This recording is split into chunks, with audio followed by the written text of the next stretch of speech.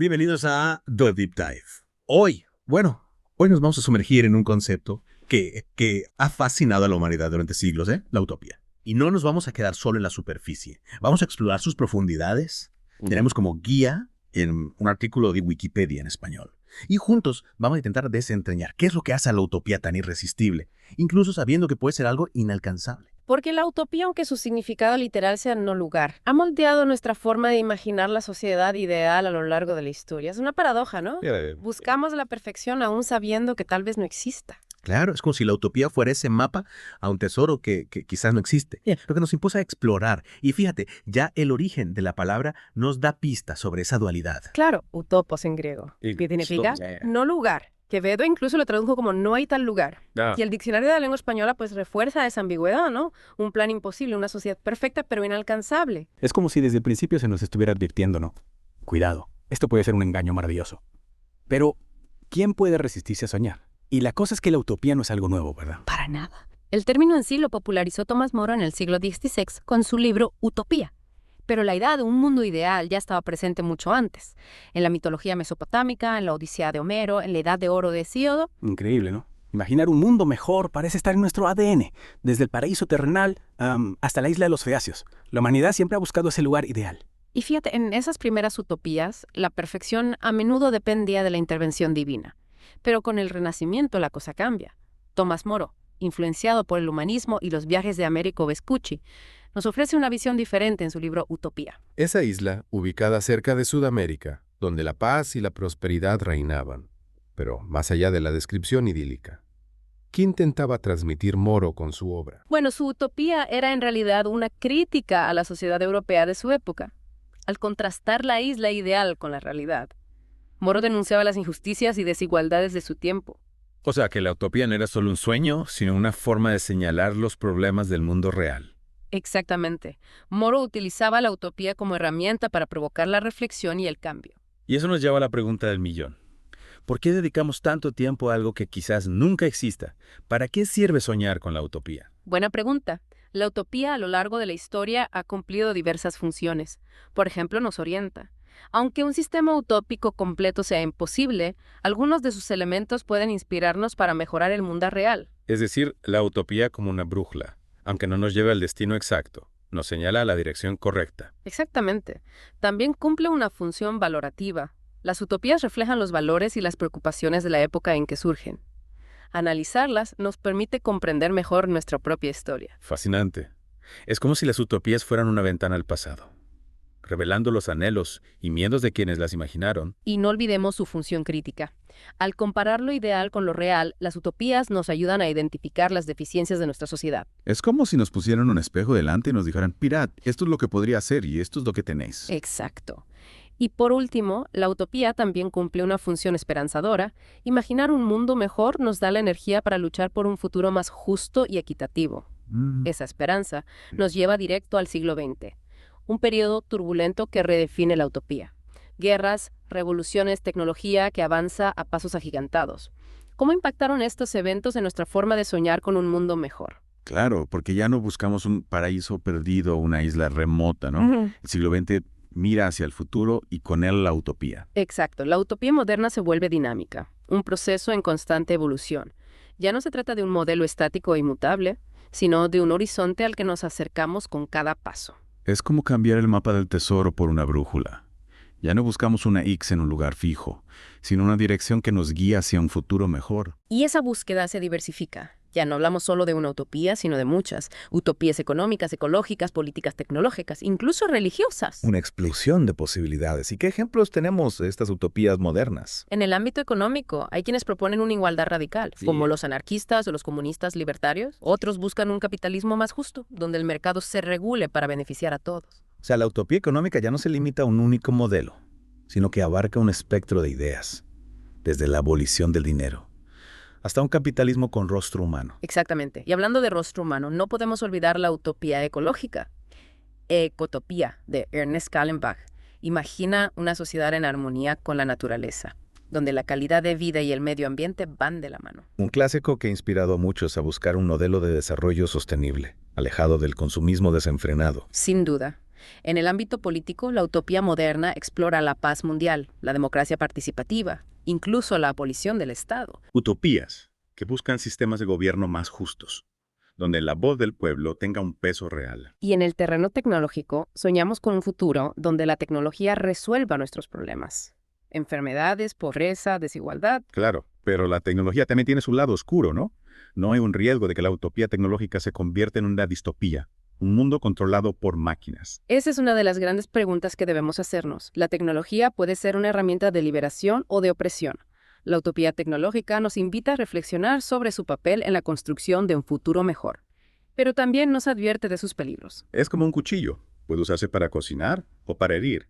Depende de nosotros decidir cómo utilizar la tecnología para crear un mundo mejor. Y no olvidemos las utopías religiosas, que imaginan un paraíso terrenal o celestial donde se alcanza la felicidad plena. Ese anhelo por un mundo perfecto, ya sea en esta vida o en la siguiente, que ha motivado a la humanidad desde sus inicios. En resumen, la utopía moderna, en todas sus variantes, nos impulsa a soñar, a imaginar, a no conformarnos con la realidad. Pero si la utopía tiene tanto poder, ¿por qué a menudo la criticamos? ¿La consideramos ingenua o peligrosa? Hay críticas válidas. Algunos la acusan de ser demasiado idealista, de ignorar la complejidad de la vida real. Otros la ven como una herramienta de manipulación, utilizada para justificar regímenes totalitarios. Es decir, la utopía como un arma de doble filo. Puede inspirarnos a construir un mundo mejor, pero también puede utilizarse para controlar y oprimir. Exactamente. Una crítica común es que la utopía, al presentarnos un modelo perfecto, nos distrae de la búsqueda de soluciones reales. Se argumenta que la búsqueda de la perfección nos impide afrontar las imperfecciones del presente. La utopía como un escape, un refugio donde nos escondemos de los problemas del mundo real. En algunos casos sí, pero también hay que recordar que la utopía puede ser un motor de cambio, una fuente de inspiración para la acción. Claro, como decíamos antes, es una brújula que nos orienta.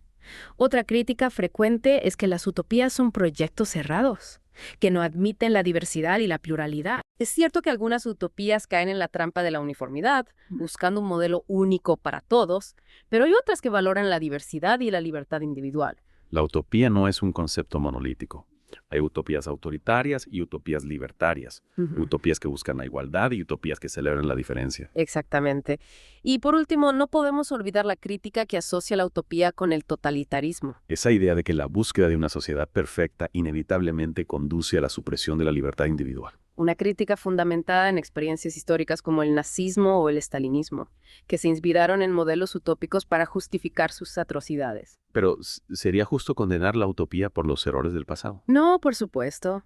La utopía, en esencia, es un anhelo por un mundo mejor, un sueño de justicia, igualdad y libertad.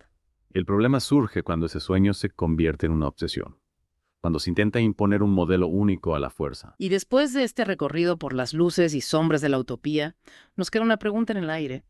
¿Tiene sentido seguir soñando con utopías en pleno siglo XXI? No estamos condenados al desencanto. Aceptar que el mundo es como es y no hay nada que podamos hacer para cambiarlo. Es una pregunta que resuena con fuerza en estos tiempos, después de todo lo que hemos visto.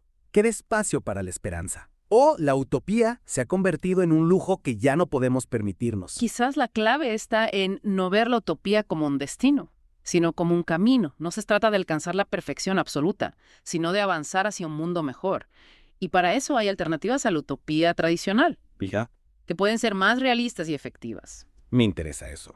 Si la utopía como modelo perfecto e inmutable puede ser problemática, ¿qué otras opciones tenemos para imaginar y construir un futuro deseable? ¿Cuáles son esas alternativas? Una de ellas es la utopía. A diferencia de la utopía, que busca la perfección absoluta, la utopía se centra en la mejora gradual y constante. No se trata de alcanzar un estado final ideal, sino de avanzar paso a paso hacia un mundo más justo, equitativo y sostenible. Suena más pragmático, ¿no? En lugar de perseguir una meta inalcanzable, la utopía se centra en el proceso de mejora continua, se adapta a la realidad en vez de intentar imponer un modelo rígido. Exacto. La utopía reconoce la complejidad de la vida y la diversidad de valores humanos. No pretende imponer un modelo único para todos, sino que fomenta la experimentación, la innovación y la adaptación a las circunstancias cambiantes. Es como la diferencia entre un mapa y una brújula. La utopía nos ofrece un mapa detallado de un lugar que tal vez no exista, mientras que la utopía nos da una brújula que nos ayuda a navegar por la realidad, a encontrar nuestro propio camino hacia un futuro mejor. Me gusta esa analogía. Y si hablamos de caminos, la heterotopía también ofrece una alternativa interesante. Este concepto, desarrollado por Michel Foucault, describe espacios reales que se sitúan fuera del orden social dominante, lugares con sus propias reglas y lógicas, que funcionan como contrapuntos al espacio social convencional. Te refieres a lugares físicos como los que mencionaba Foucault, barcos, prisiones, manicomios, sitios que por su función o simbolismo nos hacen cuestionar las normas sociales. Exactamente, pero la heterotopía no se limita a lo físico, también puede ser simbólica. Movimientos sociales, comunidades virtuales, expresiones artísticas. Espacios que, aunque estén dentro del sistema, desafían sus normas y valores, creando grietas por las que puede colarse el cambio. Es como si la heterotopía, en vez de construir un mundo ideal desde cero, buscara transformar el mundo real desde dentro, creando espacios de resistencia y cambio. Una especie de utopía miniatura, pero con efectos reales. Esa es una buena forma de verlo. Y aunque estos espacios no nos lleven a una utopía perfecta, pueden ser motores de cambio social, semillas de un futuro más justo, diverso y libre. No se trata de alcanzar un estado final, sino de estar en constante movimiento, cuestionando, creando, transformando. Entonces, después de este viaje por la utopía y la heterotopía, ¿qué nos queda? Podemos seguir soñando con un mundo mejor. Podemos resignarnos a la realidad tal como es. Yo creo que la utopía, en todas sus formas, sigue siendo necesaria. Nos recuerda que las cosas pueden ser diferentes, nos impulsa a imaginar posibilidades, a no conformarnos con lo establecido. Y aunque no alcancemos la perfección, el camino hacia un futuro mejor ya es un fin en sí mismo. La utopía, como motor de cambio, como fuente de inspiración, como recordatorio de que siempre hay algo por lo que luchar. Y con esa reflexión damos por concluida nuestra inmersión en el fascinante mundo de la utopía.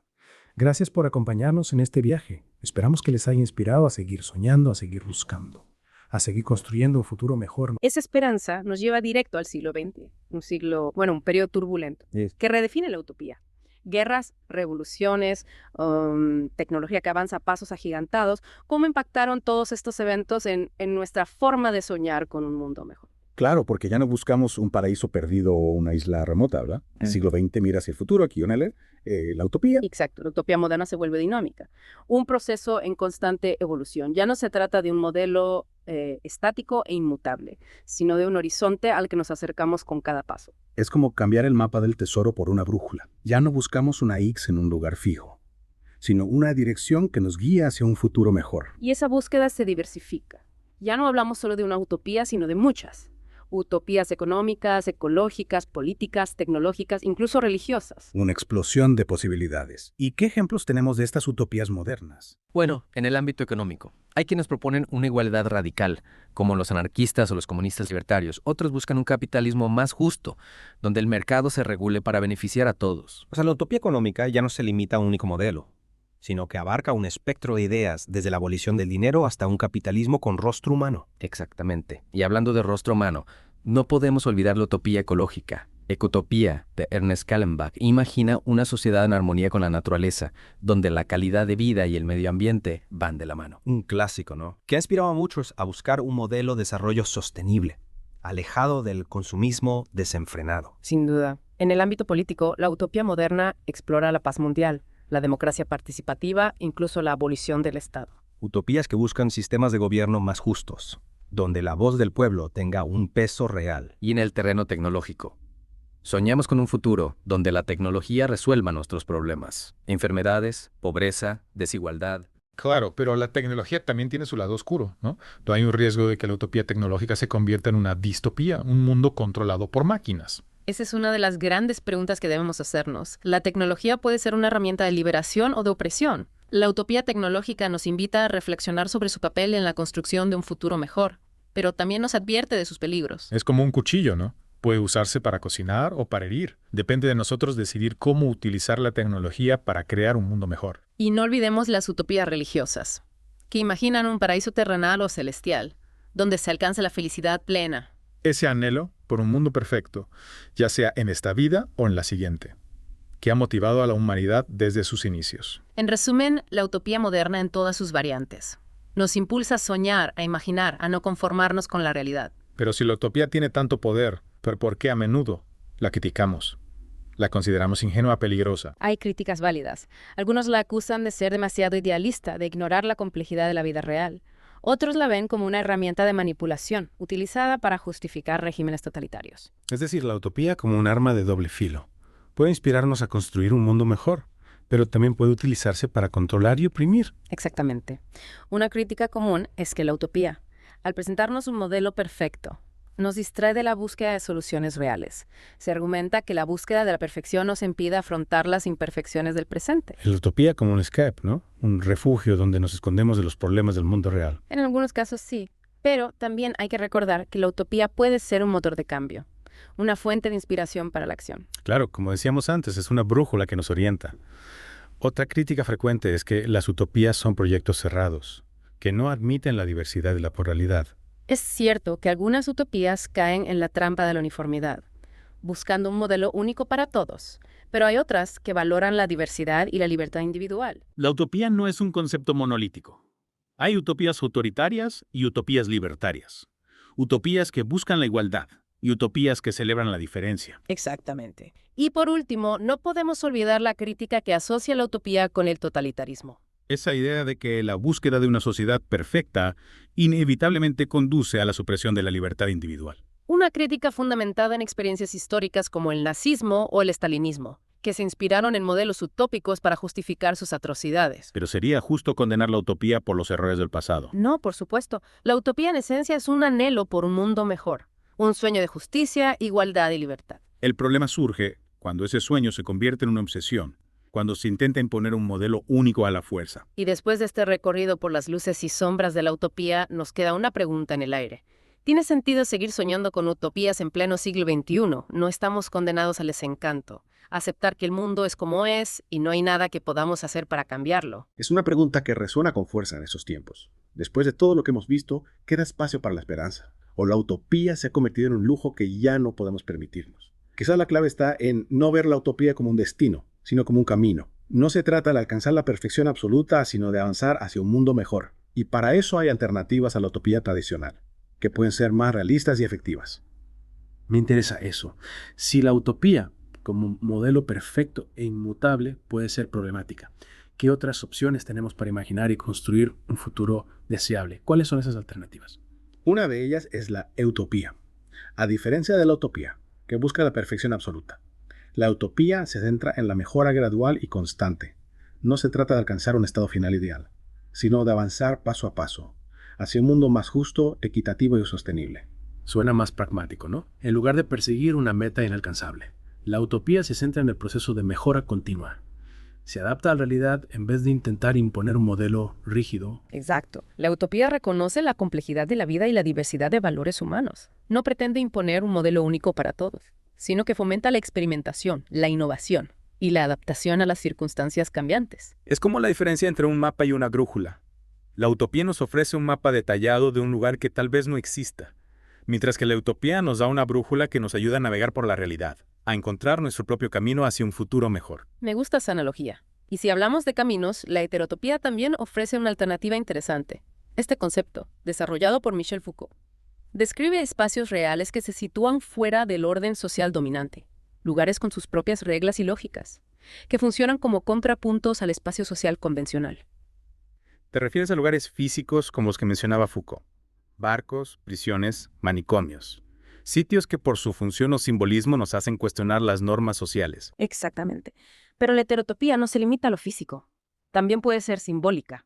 Movimientos sociales, comunidades virtuales, expresiones artísticas. Espacios que, aunque estén dentro del sistema, desafían sus normas y valores, creando grietas por las que puede colarse el cambio. Es como si la heterotopía, en vez de construir un mundo ideal desde cero, buscara transformar el mundo real desde dentro, creando espacios de resistencia y cambio. Una especie de utopía en miniatura. Pero con efectos reales. Esa es una buena forma de verlo. Y aunque estos espacios no nos lleven a una utopía perfecta, pueden ser motores de cambio social, semillas de un futuro más justo, diverso y libre. No se trata de alcanzar un estado final, sino de estar en constante movimiento, cuestionando, creando, transformando. Entonces, después de este viaje por la utopía y la heterotopía, ¿qué nos queda? ¿Podemos seguir soñando con un mundo mejor o debemos resignarnos a la realidad tal como es? Yo creo que la utopía, en todas sus formas, sigue siendo necesaria. Nos recuerda que las cosas pueden ser diferentes. Nos impulsa a imaginar posibilidades, a no conformarnos con lo establecido. Y aunque no alcancemos la perfección, el camino hacia un futuro mejor ya es un fin en sí mismo. La utopía como motor de cambio, como fuente de inspiración, como recordatorio de que siempre hay algo por lo que luchar. Y con esta reflexión damos por concluida nuestra inversión en el fascinante mundo de la utopía. Gracias por acompañarnos en este viaje. Esperamos que les haya inspirado a seguir soñando, a seguir buscando, a seguir construyendo un futuro mejor.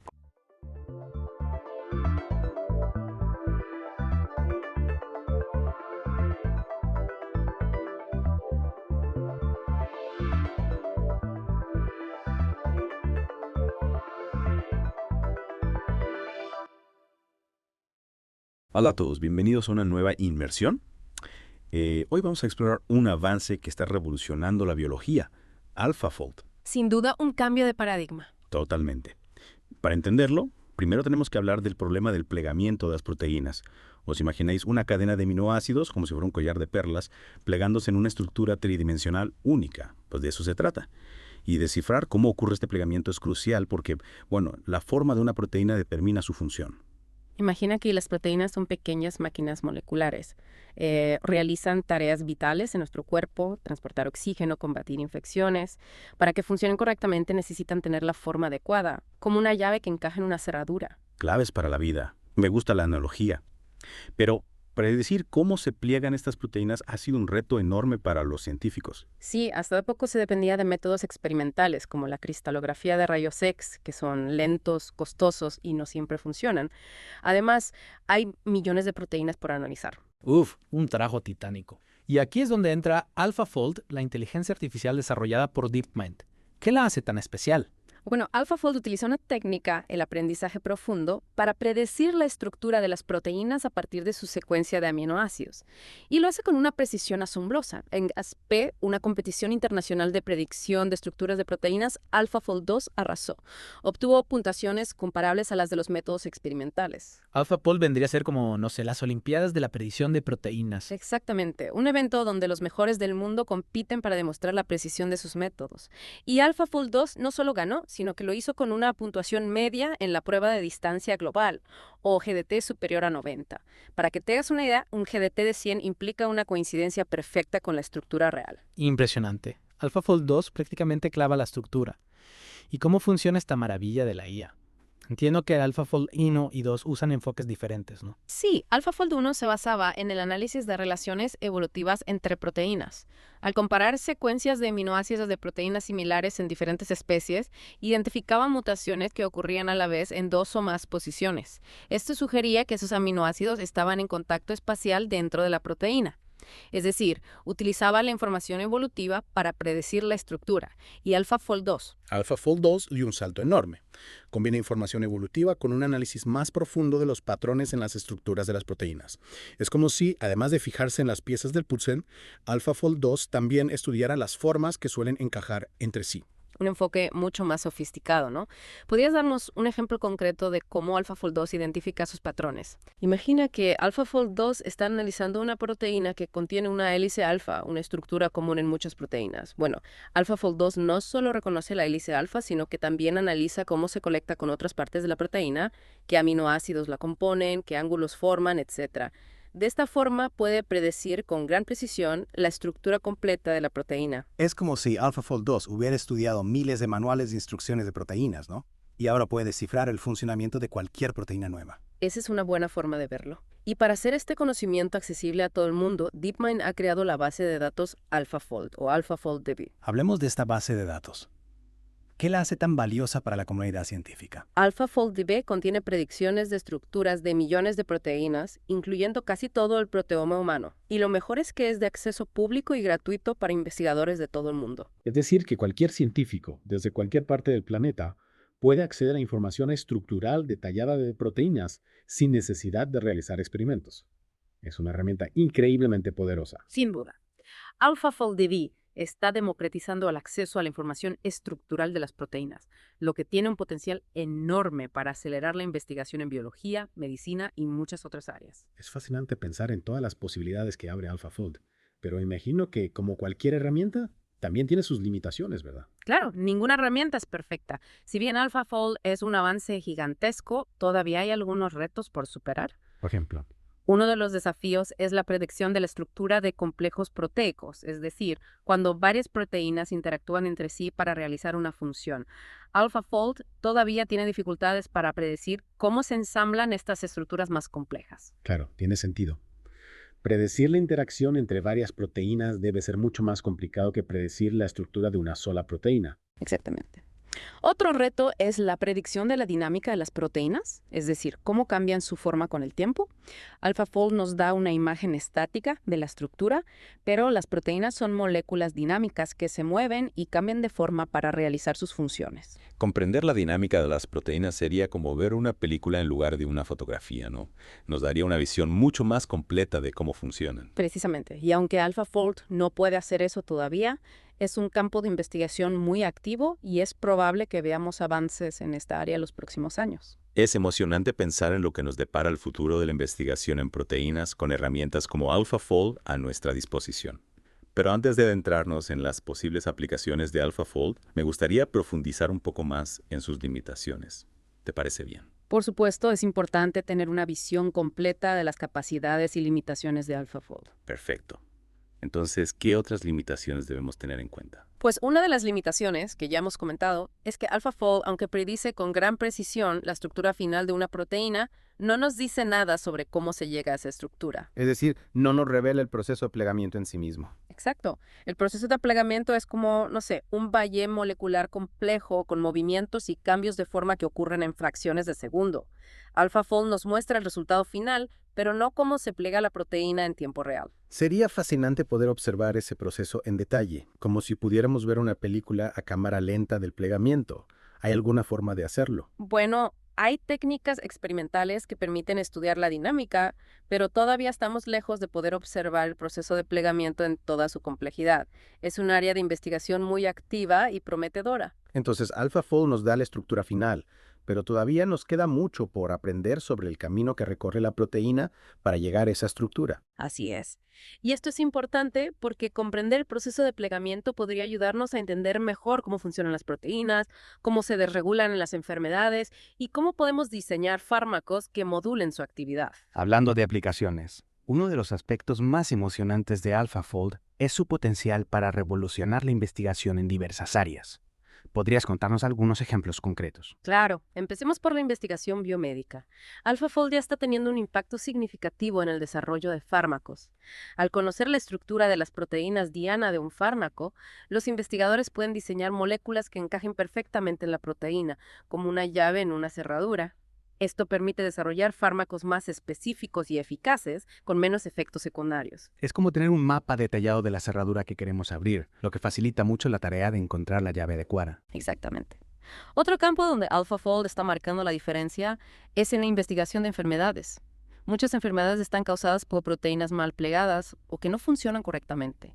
Al conocer la estructura de estas proteínas, los investigadores pueden entender mejor cómo se produce la enfermedad y buscar estrategias para corregir el problema. ¿Podrías darnos un ejemplo concreto de cómo AlphaFold ha ayudado a comprender una enfermedad? Un ejemplo notable es el de la fibrosis quística. Esta enfermedad está causada por una mutación en una proteína llamada CFTR, que regula el transporte de iones a través de las membranas celulares. AlphaFold ayudó a determinar la estructura de la proteína CFTR mutada, lo que permitió a los investigadores entender mejor cómo la mutación afecta a la función de la proteína y buscar estrategias para corregir el defecto. Es increíble cómo una herramienta como AlphaFold puede tener un impacto tan directo en la lucha contra las enfermedades. Y no se limita a la investigación biomédica. AlphaFold también tiene un gran potencial en áreas como la biotecnología, la agricultura y la energía. En serio, cuéntame más sobre eso. En biotecnología se está utilizando para diseñar enzimas más eficientes para la producción de biocombustibles, biomateriales y otros productos. Las enzimas son proteínas que catalizan reacciones químicas y su eficiencia depende en gran medida de su estructura. AlphaFold permite a los investigadores diseñar enzimas con una estructura optimizada para una función específica, lo que abre un mundo de posibilidades para la industria biotecnológica. Es como si pudiéramos crear enzimas a medida para cualquier tarea que necesitemos. En cierto modo, sí. Y en agricultura, AlphaFold puede ayudar a desarrollar cultivos más resistentes a las enfermedades, a las plagas y a las condiciones ambientales adversas. Al conocer la estructura de las proteínas que intervienen en la resistencia de las plantas, los investigadores pueden diseñar estrategias para mejorar la resistencia de los cultivos y aumentar la producción de alimentos. Es una aplicación con un potencial enorme para afrontar el reto de alimentar a una población mundial en constante crecimiento. Sin duda. Y por último, en el campo de la energía, se está utilizando para diseñar nuevos materiales para la producción y el almacenamiento de energía. Por ejemplo, se está utilizando para diseñar proteínas que imitan la fotosíntesis, lo que podría revolucionar la forma en que obtenemos energía del sol. Es impresionante cómo una sola herramienta puede tener un impacto tan transversal en tantas áreas diferentes. Es un testimonio del poder de la biología y de la inteligencia artificial para afrontar los grandes retos de la humanidad. Y hablando del futuro, ¿qué podemos esperar de AlphaFold en los próximos años? ¿Qué avances o desarrollos podemos anticipar? Bueno, es difícil predecir el futuro con certeza, pero hay algunas áreas de investigación muy prometedoras. Como ya hemos mencionado, una de las limitaciones actuales de AlphaFold es la predicción de la estructura de complejos proteicos. Es un área donde se están invirtiendo muchos esfuerzos y es probable que veamos avances significativos en los próximos años. ¿Y qué hay de la predicción de la dinámica de las proteínas? ¿Podremos algún día ver una película a cámara lenta del plegamiento de una proteína? Es un objetivo ambicioso, pero no imposible. Hay técnicas experimentales cada vez más sofisticadas que nos permiten estudiar la dinámica de las proteínas con mayor detalle. Y la combinación de estas técnicas con la inteligencia artificial podría permitirnos algún día simular el proceso de plegamiento con una precisión sin precedentes. Sería un avance extraordinario que nos permitiría comprender las proteínas a un nivel completamente nuevo. Sin duda. Y no olvidemos la importancia de seguir ampliando la base de datos AlphaFold.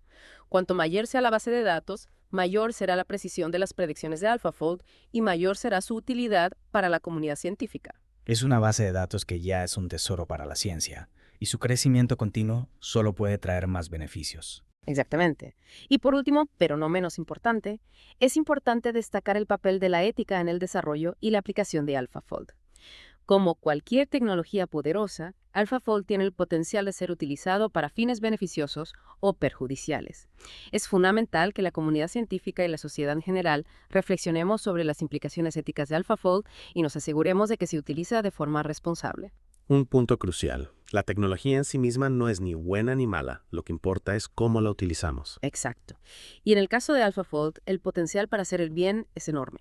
Si lo utilizamos de forma responsable, AlphaFold puede ayudarnos a comprender mejor la vida, combatir las enfermedades, desarrollar nuevas tecnologías y construir un futuro más sostenible. Un futuro donde la biología y la inteligencia artificial trabajan juntas para el beneficio de la humanidad.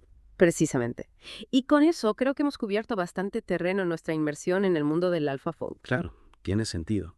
Si solo unos pocos tienen acceso a la herramienta, no se crea una brecha entre quienes pueden utilizarla y quienes no. Es una preocupación legítima. La democratización del acceso a herramientas como AlphaFold es fundamental para que la ciencia avance de forma equitativa. Hay iniciativas en marcha para facilitar el acceso a AlphaFold 2 a través de plataformas de computación en la nube, pero aún queda mucho por hacer. Además del acceso a la herramienta en sí, también hay que considerar el acceso a la información que genera. La base de datos AlphaFold todavía es un recurso invaluable, pero es suficiente. Es un buen punto. La base de datos se actualiza constantemente, pero, bueno, siempre habrá un desfase entre las nuevas proteínas que se descubren y la disponibilidad de sus estructuras en la base de datos. Además, hay aspectos de la dinámica de las proteínas que aún no se pueden predecir con AlphaFold, y esa información es crucial para comprender completamente cómo funcionan las proteínas. Es decir, que la investigación experimental sigue siendo fundamental, incluso con la llegada de AlphaFold. Absolutamente. AlphaFold es una herramienta poderosa, sí, pero no reemplaza la necesidad de la experimentación. De hecho, AlphaFold puede complementar la investigación experimental, guiando a los científicos hacia áreas de estudio más prometedoras y ayudándoles a interpretar sus resultados. Es como si AlphaFold nos diera una brújula para navegar por el complejo mundo de las proteínas, pero aún necesitamos nuestros propios medios para explorar el terreno. Una analogía muy acertada. AlphaFold nos proporciona un mapa, pero la aventura de descubrir los secretos de las proteínas aún está en marcha. Y con AlphaFold como guía, podemos esperar que esa aventura sea aún más emocionante y fructífera. Sin duda.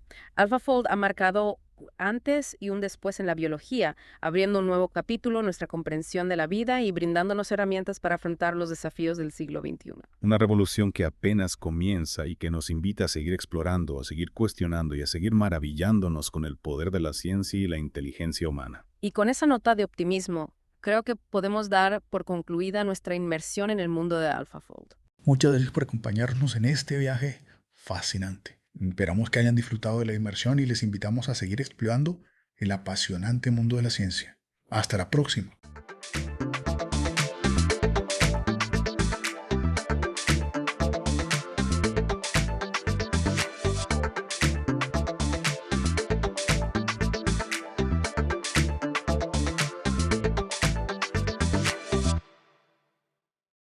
Hola a todos, bienvenidos a una nueva inmersión profunda.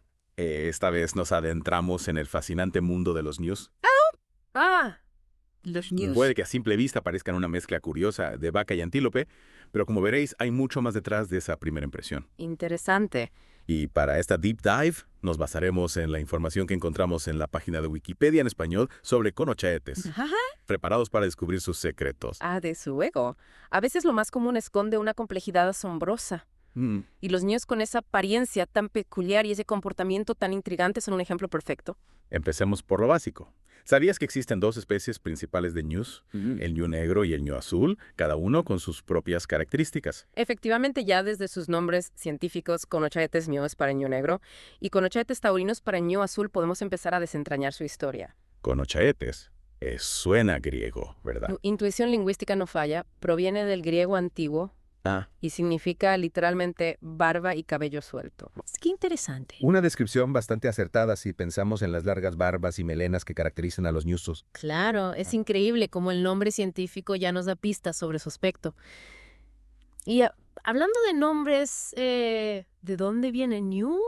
Parece una palabra con mucha historia detrás. Ahí la cosa se pone un poco más misteriosa.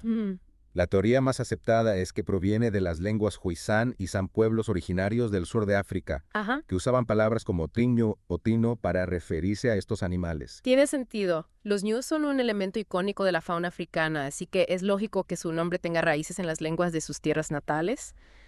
Ahora bien, hablemos de su apariencia. Ya hemos mencionado las barbas y las melenas, pero ¿qué otros rasgos los hacen tan especiales? Imagínate una mezcla de vaca, antílope y caballo. ¡Wow! Tienen cuerpos robustos y patas fuertes como las vacas, pero con cuernos curvados y una agilidad que recuerda a los antílopes. Sí. Y para añadir a la mezcla, una cola larga y peluda como la de un caballo. Una combinación realmente única. Además, en Wikipedia se menciona que tienen pezuñas afiladas. ¿Para qué las usan? Me imagino que no solo para lucirlas. Efectivamente, esas pezuñas son herramientas vitales para su supervivencia. Los ñus son herbívoros. Claro. Y sus pezuñas les permiten moverse con rapidez y eficiencia por las vastas llanuras africanas en busca de pastos frescos. Entiendo. No solo les ayudan a recorrer grandes distancias durante las migraciones, sino que también les permiten maniobrar con agilidad para escapar de los depredadores. Y hablando de velocidad, me ha sorprendido leer que los ñus jóvenes pueden alcanzar hasta 80 kilómetros por hora.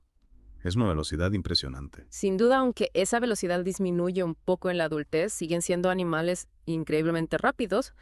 Esta velocidad es su principal baza contra los depredadores, ya que les permite escapar de situaciones peligrosas en un entorno donde la supervivencia es un desafío constante. Claro, porque en la sabana africana, imagino que los ñus no están precisamente solos. Deben de tener muchos depredadores al acecho, ¿verdad? Por supuesto, leones, hienas, leopardos, licaones. La lista es larga. Madre mía. Y no olvidemos a los cocodrilos que acechan en los ríos y representan una amenaza constante, especialmente durante las migraciones. Hablando de migraciones, casi se me olvida. Wikipedia describe una épica migración anual que realizan los ñus azules en busca de pastos frescos. Más de 1 millón de individuos en movimiento. Me cuesta imaginar la magnitud de este evento. Es un espectáculo natural realmente sobrecogedor, conocido como la Gran Migración. Wow. Millones de ñus azules se desplazan por el Serengeti en Tanzania y la Reserva Nacional Masai Mara en Kenia. Un viaje lleno de peligros, pero esencial para su supervivencia. Entiendo. Y lo más fascinante es que no se mueven de forma caótica, sino que siguen patrones complejos determinados por factores como la lluvia, el crecimiento del pasto, la disponibilidad de agua, la presencia de depredadores e incluso el contenido de fósforo en la hierba. Es asombroso. Parece que esos animales tienen un sistema de navegación interno muy sofisticado. ¿Cómo se las arreglan para coordinarse en un grupo tan grande? Es lo que los científicos llaman inteligencia de enjambre. No es que tengan un líder que los guíe, sino que cada individuo toma decisiones basadas en el comportamiento de los que lo rodean, creando un movimiento colectivo que les permite sortear obstáculos, encontrar los mejores pastos y protegerse mutuamente de los depredadores. Fascinante. Es como si la manada tuviera una inteligencia propia. Me pregunto si todos los ñus participan en estas migraciones masivas. ¿Qué pasa, por ejemplo, con los ñus negros? No todos los ñus migran de esta manera. Los ñus negros, por ejemplo, son más nómadas. Se desplazan en busca de alimento y agua, pero no realizan migraciones tan extensas y definidas como las de sus primos azules. Y también hay poblaciones de ñus azules que son sedentarias, especialmente en áreas con recursos estables durante todo el año. Entonces la migración es una estrategia adaptativa que depende del hábitat y las condiciones ambientales. Qué interesante la diversidad de comportamiento dentro de una misma especie. Me gustaría saber más sobre cómo se organizan los ñus en su vida social, cómo es la estructura de sus grupos. Los ñus son animales gregarios por naturaleza. Ajá. Viven en manadas que pueden llegar a ser enormes, especialmente durante las migraciones. Las hembras, las crías y los jóvenes forman grupos familiares, mientras que los machos adultos suelen tener sus propios grupos separados, estableciendo jerarquías y compitiendo por el dominio. Tiene sentido. Y en un entorno tan competitivo como la sabana africana, ¿cómo se llevan con otras especies? Imagino que la lucha por los recursos debe ser feroz. Pues curiosamente los ñus no son tan competitivos como se podría pensar. Ah, ¿no? De hecho, a menudo se les ve pastando en compañía de cebras y gacelas, formando grandes manadas mixtas. Qué curioso. Y lo más interesante es que esta colaboración interespecífica beneficia a todos los involucrados. ¿En serio? ¿Y eso cómo es posible? A primera vista parece que estarían compitiendo por los mismos recursos. Es una cuestión de gustos culinarios. Las cebras prefieren las hierbas altas y fibrosas. Las gacelas se inclinan por las hierbas cortas y secas. Ya veo. Y los ñus buscan algo intermedio, al compartir el mismo espacio, pero con preferencias alimenticias distintas. Evitan la competencia y maximizan el aprovechamiento de los recursos. Es una estrategia brillante. Además, esta diversidad de herbívoros crea un mosaico de pastoreo que beneficia a la salud del ecosistema en general. Qué interesante. Además, Wikipedia menciona que esta asociación también les ayuda a protegerse de los depredadores. ¿Cómo funciona exactamente este sistema de vigilancia colectiva? Cada especie aporta sus propias habilidades al grupo. Las cebras con su excelente vista y las gacelas con su fino olfato ayudan a detectar amenazas que los ñus podrían pasar por alto. De esta manera, la presencia de varias especies aumenta la vigilancia del grupo y reduce el riesgo de ser sorprendidos por un depredador. Es como si cada especie fuera una pieza de un puzzle, que al unirse forma una imagen más completa y eficaz para la supervivencia. Una verdadera colaboración para la vida en la sabana. Exactamente. Y aún hay más. Un estudio demostró que los ñus incluso son capaces de comprender y reaccionar a las llamadas de alarma de los babuinos. Es decir, están atentos a las señales de peligro de otras especies. Qué interesante. Esto demuestra una capacidad de comunicación interespecífica que va más allá de la simple coexistencia. Parece que los ñus son mucho más complejos de lo que aparentan a simple vista. Sin duda. Y esto es solo el comienzo de nuestra inmersión profunda en su mundo.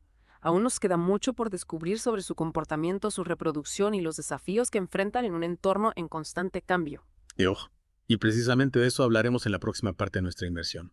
No la perdáis porque descubriremos cómo los ñus se reproducen, cómo cuidan a sus crías y qué papel juegan en el delicado equilibrio de la sabana africana. Retomamos nuestra inmersión en el mundo de los ñus. Y si antes hablábamos de su increíble capacidad de adaptación y cooperación, hoy nos adentramos en un aspecto crucial para la supervivencia de cualquier especie, la reproducción.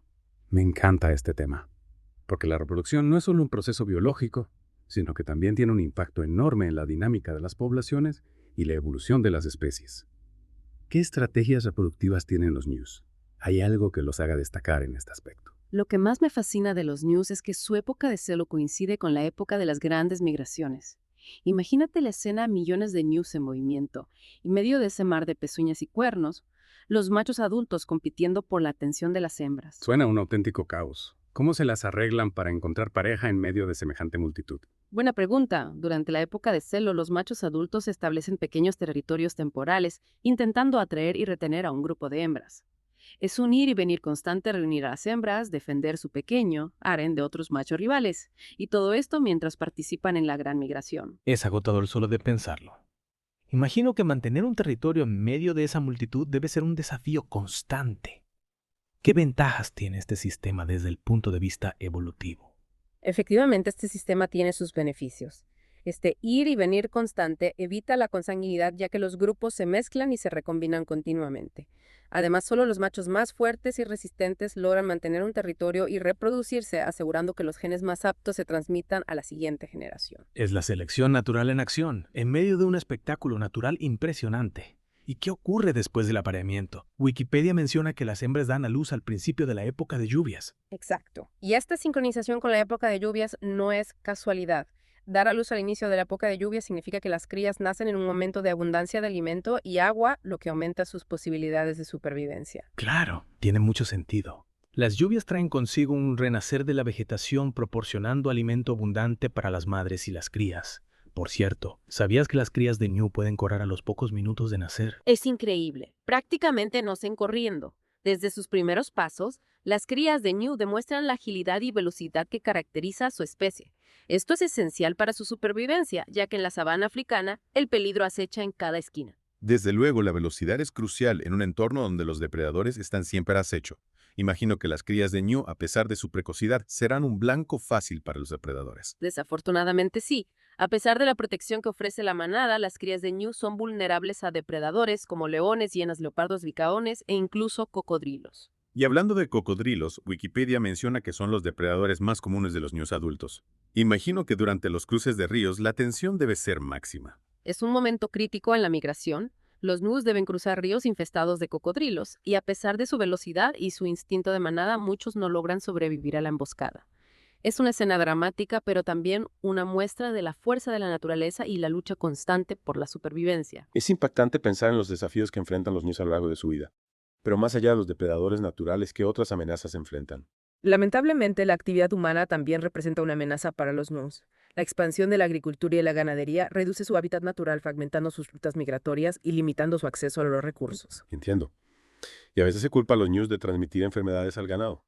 ¿No es así? Sí, a veces los granjeros los ven como una plaga o una competencia por los recursos, y esto puede llevar a conflictos y persecuciones. Sin embargo, es importante recordar que los ñus son una parte integral del ecosistema de la sabana africana y su presencia es esencial para mantener el equilibrio natural. Totalmente de acuerdo. Su desaparición tendría consecuencias impredecibles en la cadena trófica y en la salud del ecosistema en general. ¿Qué papel juegan exactamente los ñus en el ecosistema de la sabana? Los ñusos, al ser herbívoros, juegan un papel crucial en el control de la vegetación.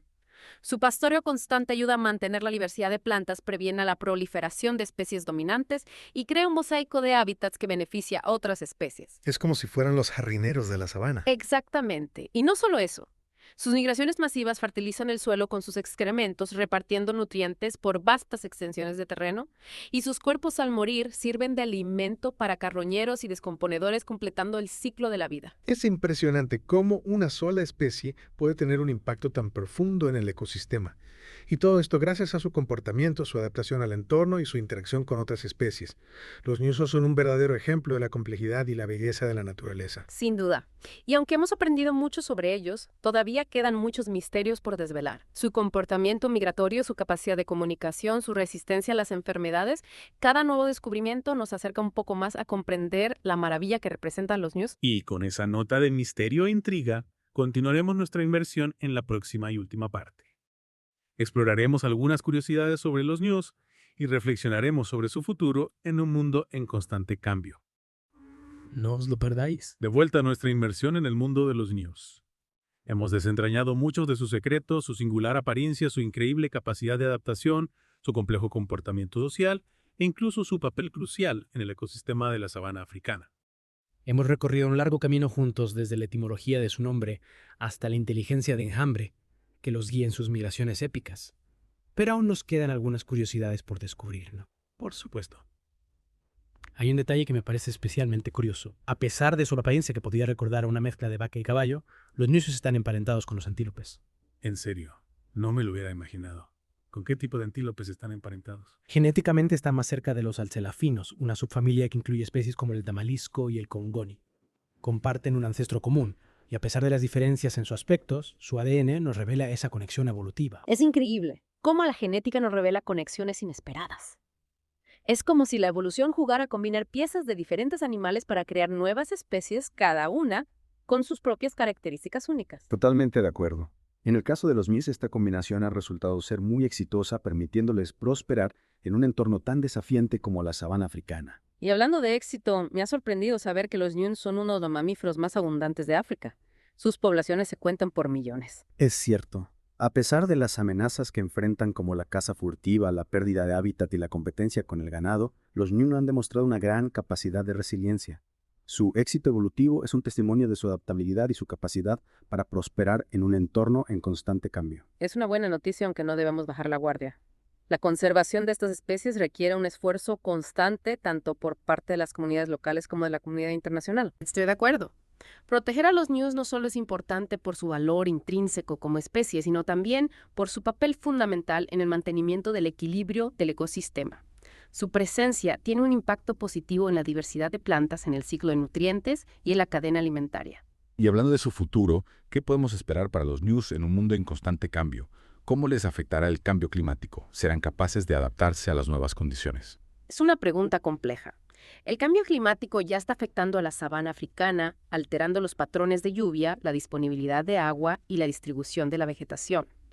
Estos cambios pueden tener consecuencias graves para los ñus que dependen de la migración para encontrar pastos frescos. Si las lluvias se vuelven menos predecibles o si las sequías se intensifican, los ñus podrían enfrentar dificultades para encontrar alimento y agua en sus rutas migratorias tradicionales. ¿Crees que serán capaces de adaptarse a estos cambios? Los ñus han demostrado una gran capacidad de adaptación a lo largo de su historia evolutiva. Es posible que algunas poblaciones puedan ajustar sus patrones migratorios o incluso volverse más sedentarias si las condiciones lo exigen. Eso tendría un gran impacto en su comportamiento y en su relación con el ecosistema. ¿Qué otras adaptaciones podrían desarrollar para enfrentar los desafíos del futuro? Es difícil predecir con exactitud cómo evolucionarán los ñus en el futuro. Podrían desarrollar una mayor resistencia a la sequía, una mayor eficiencia en el uso del agua o una capacidad para digerir una gama más amplia de plantas. La selección natural seguirá actuando favoreciendo a aquellos individuos con características que les permitan sobrevivir y reproducirse en un entorno cambiante. Es fascinante pensar en las posibilidades, pero también un poco preocupante. El futuro de los ñus, como el de tantas otras especies, está en nuestras manos. Depende de nosotros tomar medidas para mitigar el cambio climático y proteger la biodiversidad del planeta. Tienes toda la razón. La historia de los ñus nos recuerda que todos estamos conectados y que nuestras acciones tienen un impacto en el mundo que nos rodea. Cuidar de los ñus es cuidar de la sabana africana, y cuidar de la sabana africana es cuidar del planeta en su conjunto. Es una reflexión profunda para cerrar nuestra inmersión en el mundo de los ñus. Espero que este viaje haya inspirado a nuestros oyentes a aprender más sobre estas criaturas increíbles, a valorar su importancia en el ecosistema y a contribuir a su conservación. Y hasta aquí nuestra inmersión de hoy. Hasta la próxima. Ha sido un placer compartir este viaje contigo y con nuestros oyentes. Los ñus son una prueba de la capacidad de adaptación de la vida y una fuente de inspiración para comprender la complejidad y la belleza del mundo natural. Hasta la próxima inmersión.